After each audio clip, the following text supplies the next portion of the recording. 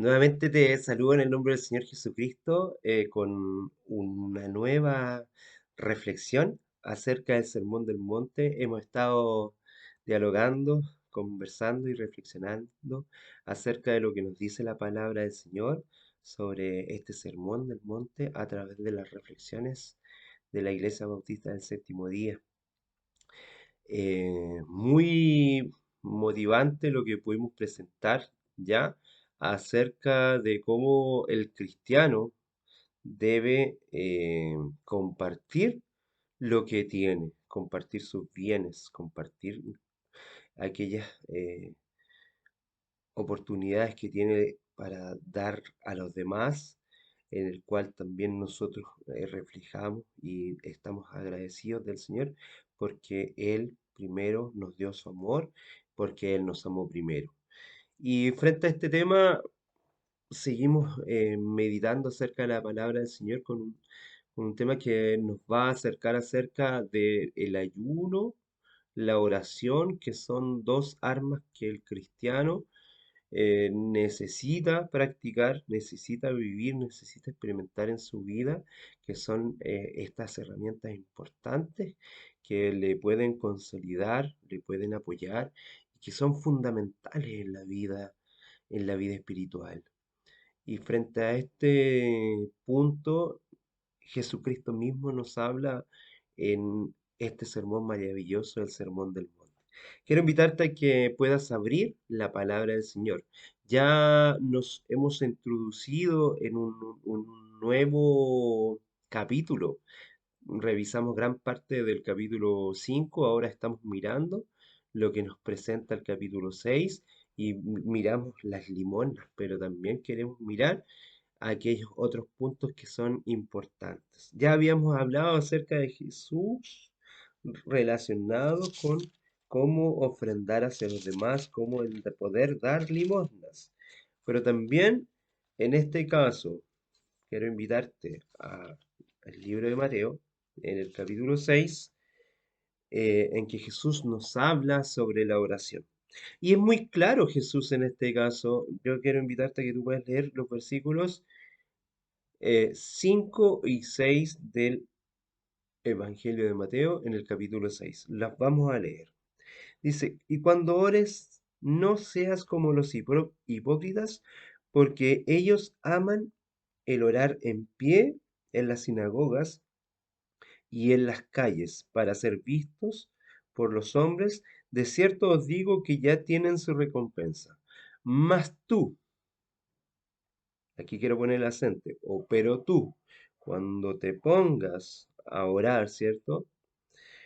O cuando ores, entra en tu aposento y cerrada la puerta, ora a tu Padre que está en secreto, y tu Padre que ve en lo secreto, Él te recompensará en lo público. O Él te recompensará, como dicen gran parte de algunas versiones más originales. Y orando no uséis vanas repeticiones como los gentiles que piensan que por su palabrería serán oídos. Con estos versículos, principalmente poniendo el acento en el versículo 6 de Mateo 6, quiero invitarte a que podamos pedir la dirección del Espíritu Santo, poder orar al Señor para que esta reflexión pueda ser dirigida por Él mismo. Querido Señor, gracias te damos porque eres un Dios maravilloso que ha venido hablando a nuestro corazón a través de estas reflexiones, a través del estudio de tu palabra y porque quedan estos también, estos versículos para poder volver a leerlos, a reflexionar acerca de ellos y dejar que sean tu propio espíritu, el Espíritu de Dios, quien pueda hacer carne esta palabra, Señor. No solamente la podamos escuchar, ni solamente meditar en ella, sino que la palabra que tú nos compartes esté viva en nuestro corazón y la podamos cumplir, Señor. Señor, gracias porque durante esta nueva serie temática hemos estado reflexionando acerca de tu discurso magistral, el Sermón del Monte, Señor, en el cual tú pudiste presentarnos un discurso maravilloso, donde no dejaste ningún tema fuera y te preocupaste por cada uno de nosotros, Señor. Gracias te damos porque a través de estos mensajes también, Señor, vamos comprendiendo, aprendiendo y principalmente vamos tomando decisiones para ser parte de tu reino. Todo esto te lo agradecemos, Señor, los méritos de tu Hijo amado.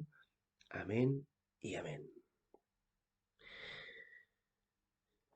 Qué importante, qué importante es lo que el Señor Jesucristo nos dice y qué relevante es lo que el Señor nos dice a través de este pensamiento. Porque muchas veces los cristianos actuamos de una manera errónea y equivocada.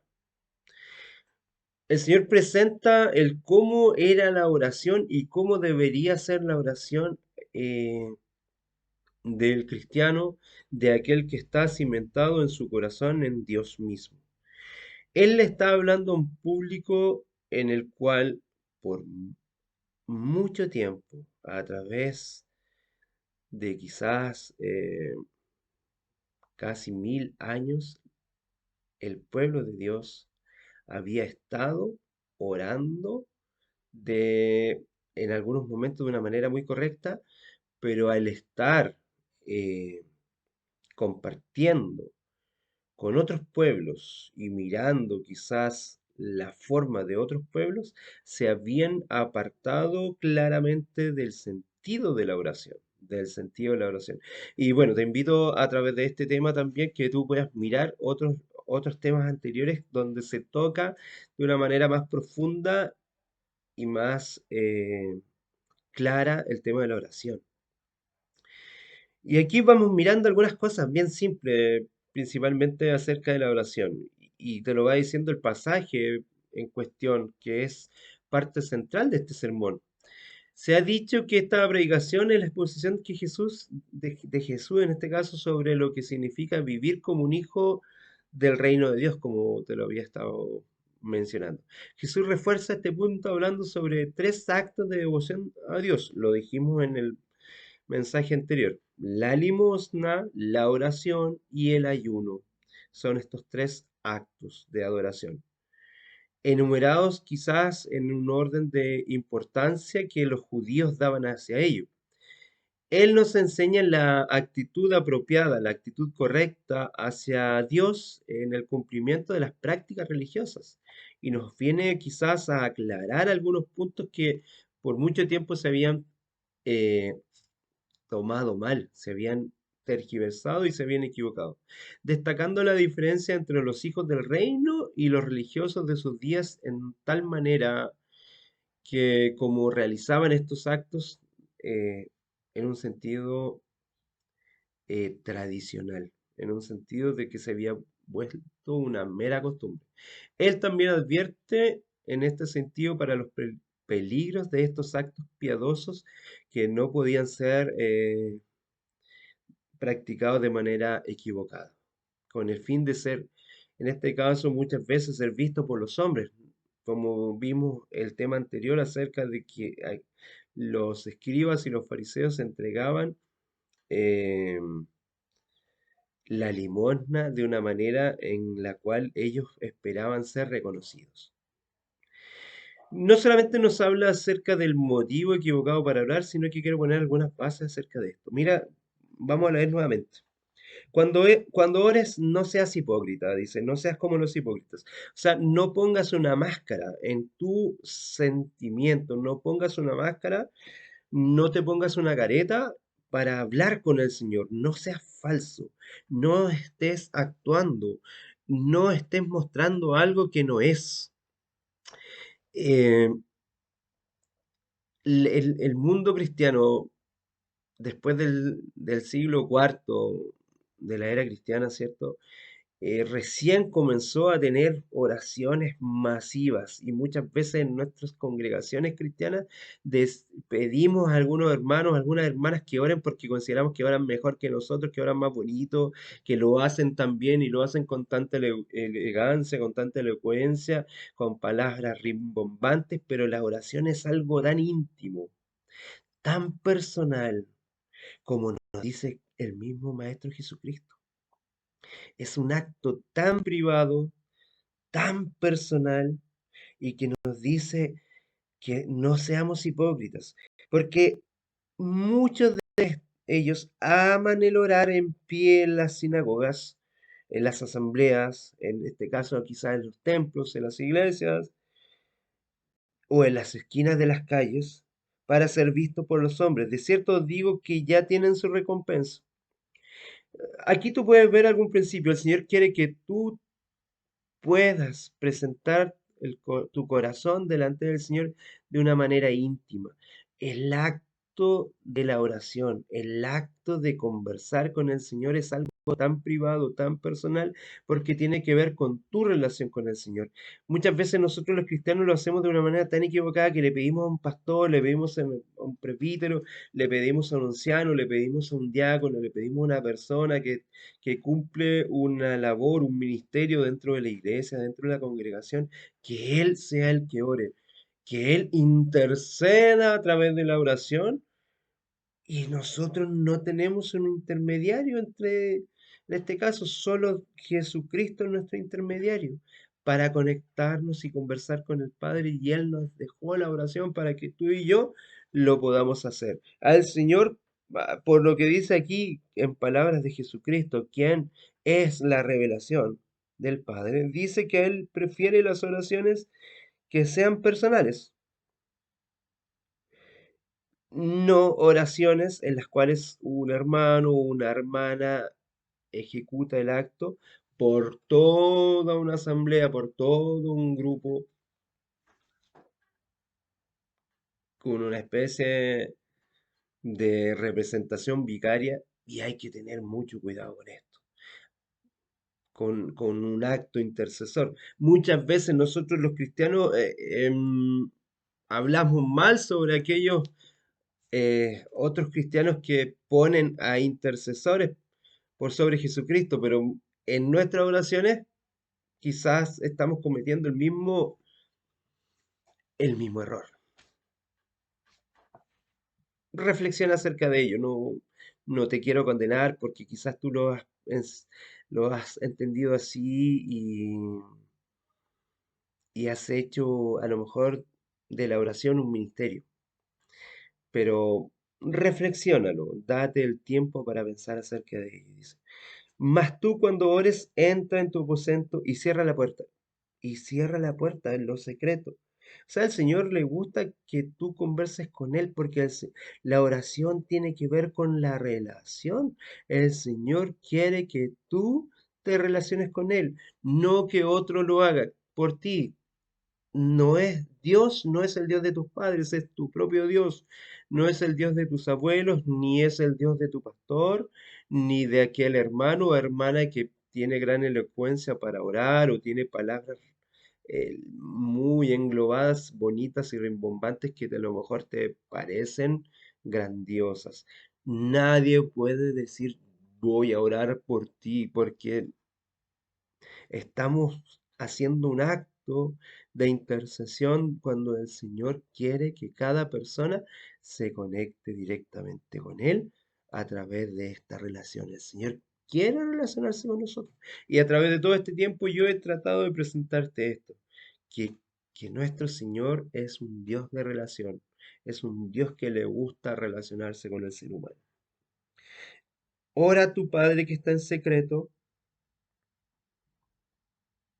y tu Padre que te ve en lo secreto te recompensará, te recompensará. Vamos a mirar este motivo que muchas veces se presenta equivocado en el momento de poder orar. El motivo equivocado para orar muchas veces está presente en la vida de los cristianos. La estructura de los versos siguientes es relativamente simple, además de los ejemplos claros que Jesús da y pertinentes. Jesús hizo uso de frases muy claves que repetía en su sermón, no solo para dar una unidad y cohesión temática, sino también para ayudar en la fijación de sus enseñanzas. Jesús enseña a sus discípulos a tener cuidado con aquellos actos que son externos de la vida religiosa. Tanta cautela se debe a que el acto de dar limosna, orar y ayunar podría hacer al hombre caer en una esfera de actuación que es un acto repudiable ante los ojos de Dios. El actuar nuestra relación con el Señor, el actuar nuestros sentimientos hacia Dios, el actuar frente a los hermanos o a la congregación. En relación a la oración, Jesús comienza diciendo, y cuando ores, no hay duda de que sus oyentes oraban, porque el acto de orar era muy presente en el pueblo de Dios. No hay duda en este sentido, porque la oración ha sido una parte importante de la fe judía. Pero en lo que se refería al momento de la oración, Jesús orienta a los discípulos que no fuesen como los hipócritas. Hipócrita es el que pretende ser lo que no es. Los hipócritas no oran porque son devotos, sino porque quieren pasar una imagen de que son piadosos. Y bueno, esto se había acuñado desde que Jerusalén sale de Babilonia para volver a vivir en la libertad, y esto se había acuñado de estas oraciones en público que eran parte de la cultura pagana, de los sirios, de los babilónicos, de los asirios y de otros pueblos que circundaban también al pueblo de Israel. La oración siempre había sido algo personal, siempre había sido algo privado, pero esto se había puesto como algo muy importante en el pueblo de Dios, y esto principalmente porque la cultura también imperante, que era la cultura griega y latina. Por una parte, la cultura griega era la que estaba influenciando el mundo de aquella época, y la cultura latina a través de los romanos era la que impartía el poder o la que presentaba el poder militar. Pero el poder de la sabiduría y de la inteligencia era latina, perdón, era griega. Y la cultura griega le gustaba hacer esta pomposidad. Y principalmente los saduceos, más que los fariseos, habían incluso buscado a través de la relación con el mundo griego el poder impactar a través del mundo griego la fe en el Señor. Y el Señor también lo señala: ustedes son hipócritas, andan buscando prosélitos por mar y tierra, pero al final los transforman en personas más equivocadas que ustedes mismos. Se los dice a los fariseos y a los saduceos también. Así que el acto de la oración es algo que por mucho tiempo había sido un acto privado, muy íntimo, que tenía que ver con la relación de Dios con el hombre y del hombre con Dios. Eso es algo que tenemos que tener muy claro. Cuando tú cuando ores. No hay duda en este sentido que, como decíamos, las personas tenían esa claridad. Por eso la razón viene enseguida. Jesús dijo que los hipócritas, y dijo esto, amar al orar, que amaban en este caso, el orar en pie en las sinagogas y en las esquinas de las calles para ser vistos por los hombres. Jesús deja claro que el motivo de los hipócritas no se refiere a un deseo notorio, a un gusto importante por la oración, sino el captar la atención de las personas que pudiesen, en este caso, ver, o aquellos que los veían mientras ellos oraban. La intención de querer ser notado, de ser visto por los hombres, es articulada por la conjunción, en este caso subordinada, como bien decíamos, de una mirada griega. con una indicación de un propósito, opus. Esto muestra que el flujo del argumento de Jesús termina en este punto, en un punto culminante, que es decir, la idea de que el público, la audiencia, llegase a la conclusión ineludible de que estos actores eran muy religiosos. Eso es lo que ellos querían proyectar. Y cuando alguien muchas veces, desde una mirada eh, psicológica, cuando alguien quiere proyectar algo que no es, nosotros también lo notamos. Tú y yo nos podemos dar cuenta.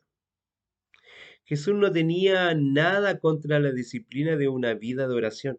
No está criticando a la oración, está criticando la forma en cómo se vive la oración. Incluso porque en este sentido, en su época, un judío devoto oraba por lo menos o al menos 3 veces al día. Eso nos presentan muchos pasajes, como de Daniel, como Daniel, la historia de Daniel, capítulo 6 versículo 10, Hechos 3:1, Salmos 55, 17, entre otros pasajes. A continuación, en este caso, nosotros podemos mirar que Jesús se refiere a las sinagogas. El primer tono de su crítica se dirige a los judíos de su tiempo, más precisamente a aquellos que son de, de la secta farisaica.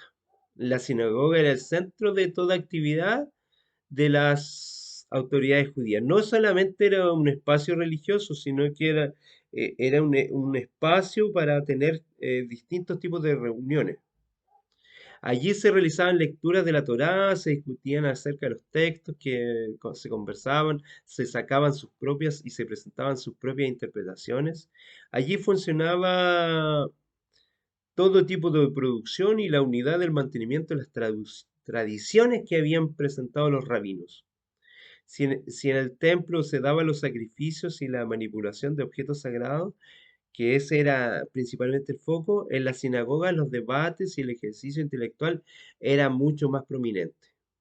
Jesús dijo que a los hipócritas les gustaba orar de pie en estos lugares. Sin embargo, en los servicios realizados en una sinagoga no había nada tan extraordinario en la postura de quedarse de pie, porque era la única forma posible de ser asumida por los que tomaban parte en algún acto o en algún servicio realizado en aquel espacio, en aquel local. El tema abordado por Jesús no era la posición en sí, el estar de pie.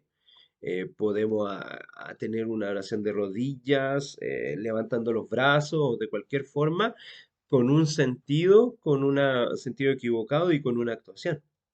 El segundo escenario, en este caso, que propicio para el engrandecimiento del corazón que buscaba atraer la atención y la gloria para sí, eran las esquinas de las calles. Jesús habla de la sinagoga y de las esquinas de las calles. Sin duda, en este ambiente el público sería mucho mayor de lo que podría encontrarse en una sinagoga. Una plaza, un espacio público, las plazas funcionaban como verdaderos centros de actividades cívicas, el mercado, el comercio que se originaba entre ellos. Si todo lo que un hipócrita quería para él era ser visto por los hombres, él tenía que hacerlo quizás en este lugar. Ese era el lugar y su meta a alcanzar, y que lo podía realizar sin ninguna dificultad. Las palabras de Jesús no son una condena a la oración en este sentido. Si bien es cierto, hubieron muchas oraciones públicas, tampoco le está condenando es el acto en sí, pero sí el Señor prefiere tener oraciones de contacto, oraciones de relación, oraciones personales, oraciones que se centren en la persona de Él y en ti mismo para establecer una comunicación cercana. Lo que el Señor condena es la oración teatral, hecha con el fin de ser visto y admirado por el pueblo. En la enseñanza de Jesús lo que le importa a Dios es la discusión interior del corazón. ¿Y cuáles son los resultados de las oraciones de los hipócritas? Jesús lo dice, de cierto digo que ya tienen su recompensa. En otras palabras, Jesús advirtió que esta motivación de tipo exhibicionista no recibe nada más que la gloria de las personas, de los seres humanos, que es el pleno pago de las deudas. Mira qué interesante cómo lo presenta el Señor, porque muchas veces nosotros nos admiramos de algunos hermanos y hermanas que realizan esta actividad. El comportamiento correcto a hacer, en este caso, adoptado la condena de la práctica errónea de la oración, es seguida por una exhortación positiva para seguir en ese sentido una práctica correcta. Porque el Señor lo dice, mas tú, cuando ores, entra en tu aposento. Mira qué importante tener un espacio dentro de tu casa, dentro de tu hogar, en un lugar, alguna persona lo puede ser en su habitación, en privado, otros pueden tener una salita de estudio donde pueden leer la Biblia, un living, el espacio apropiado donde tú puedas conversar con el Señor, hazlo así, y con puertas cerradas, para que puedas orar a tu Padre en lo secreto, y Él te va a recompensar. Esta frase de Jesús comienza con una construcción gramatical coordinada, compuesta de un pronombre y una conjunción, que revela inmediatamente, en este sentido, la oposición de Jesús con respecto a la manera de comportarse de los ya mencionados hipócritas, ¿cierto? En otras palabras, Jesús es enfático al decir que los discípulos, sus seguidores, lo hagan de una manera distinta a los escribas y los fariseos. Porque si tu conducta no es mejor que la de los escribas y los fariseos, la verdad que no, ¿qué estamos haciendo? La forma diferente de comportarse cuando se está orando comienza con una búsqueda de intimidad. Los verbos en secuencia, entrar en un lugar, apartarse, cerrar una habitación, un espacio, cerrar un espacio para concentrarte en esto y orar transmiten una fluidez de las acciones en este sentido, de un acto y un lugar secreto para la oración. A diferencia de los que oran para ser vistos por otras personas, los hijos del reino deben dirigir sus oraciones solo a Dios. La verdadera, la verdadera oración es dirigida solo a Dios y no tiene ninguna preocupación con el hecho de ser percibida por los demás. Aunque Jesús no condenase toda oración pública, hay que admitirse que ella ejerce una mayor tentación para fingir. Entonces, si la ocasión no requiere una oración pública, uno debe orar en privado con el fin de evitar esta trampa. Mas tú cuando ores, entra en tu aposento. Es cierto, nosotros los cristianos tenemos reuniones de culto, reuniones de oración, reuniones de conversación, donde muchas veces elegimos a uno, dos o tres hermanos para que pueda ejercer esta oportunidad de orar. Pero el Señor siempre va a preferir que tú lo hagas de manera personal. Claro, una oración congregacional para bendecir una reunión, para terminar una reunión y que el Espíritu Santo se quede en la vida de nosotros es importante, pero el Padre que te ve en los secretos le interesa que tú y yo lo hagamos de una manera privada. No seamos con ese comportamiento como los paganos, como te decía. No uséis, después dice en el verso 7, no uséis vanas repeticiones como lo hacen los gentiles. Infelizmente muchos cristianos se imaginan que serán escuchados por sus palabras o por sus muchas palabras o por su mucha palabrería, como dice el versículo. Cuando repetimos y repetimos al Señor, quizás tratando de manipular sus decisiones. Y estamos usando un comportamiento hipócrita, repetitivo, Y a veces nosotros como cristianos condenamos a aquellos que repiten dentro de su credo una estructura de oración. Pues muchas veces tú y yo somos repetitivos, repetitivos y al Señor le pedimos lo mismo, le pedimos lo mismo, le exigimos lo mismo, le agradecemos lo mismo y terminamos haciendo lo mismo que a estos hermanos que criticamos porque se aprenden un rezo y terminamos viviendo esta misma situación y nosotros tratamos muchas veces con esta vana palabrería de manipular a Dios. Dios no necesita ser manipulado para concedernos un pedido porque tiene un perfecto conocimiento de cuáles son nuestras necesidades. Él las conoce mejor que nosotros mismos y él tiene el poder para poder satisfacerlas. La oración en este sentido es un acto de relacionamiento con nuestro Señor. Nuestro Padre sabe exactamente lo que necesitas, incluso antes de que tú lo pidas. Y después de esto, que se presenta, el Señor nos comparte la oración modelo, pero vamos a dejar este tema para una nueva temática que podríamos tomar y hablar sobre el Padre Nuestro. Vamos a dejar este tema hasta acá. Espero que en el futuro tus conversaciones, tus oraciones y tus plegarias al Señor puedan ser con las orientaciones que Cristo mismo te entrega. Que el Señor te bendiga grandemente, como decimos acá, gracia, gracia y paz.